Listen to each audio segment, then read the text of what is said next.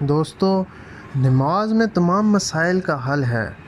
آپ صلی اللہ علیہ وسلم کو جب بھی کوئی مشکل امر پیش آتا تو فوراً نماز کی طرف متوجہ ہوتے اور 2 رکعت نماز صلاۃ الحاجات پڑھا کرتے اور اللہ تعالیٰ سے اپنی مشکل و پریشانی حل کروا لیا کرتے تھے۔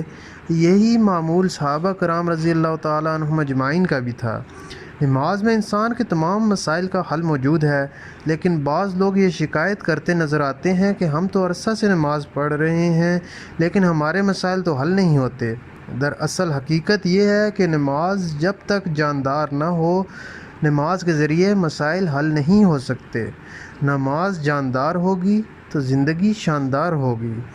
نماز جاندار تب بنتی ہے جب نماز کو اس کے فرائض، واجبات، سنن اور مستحبات کی رعایت رکھ کر پڑھا جائے اور نماز کو مفسدات اور مکروہات سے محفوظ رکھ کر پڑھا جائے۔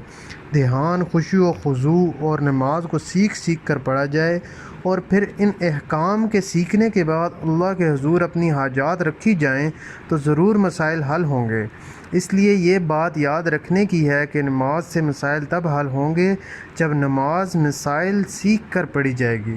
اللہ تعالیٰ سے دعا ہے کہ ہمیں بھی صحیح نماز پڑھنے کی توفیق عطا فرمائے۔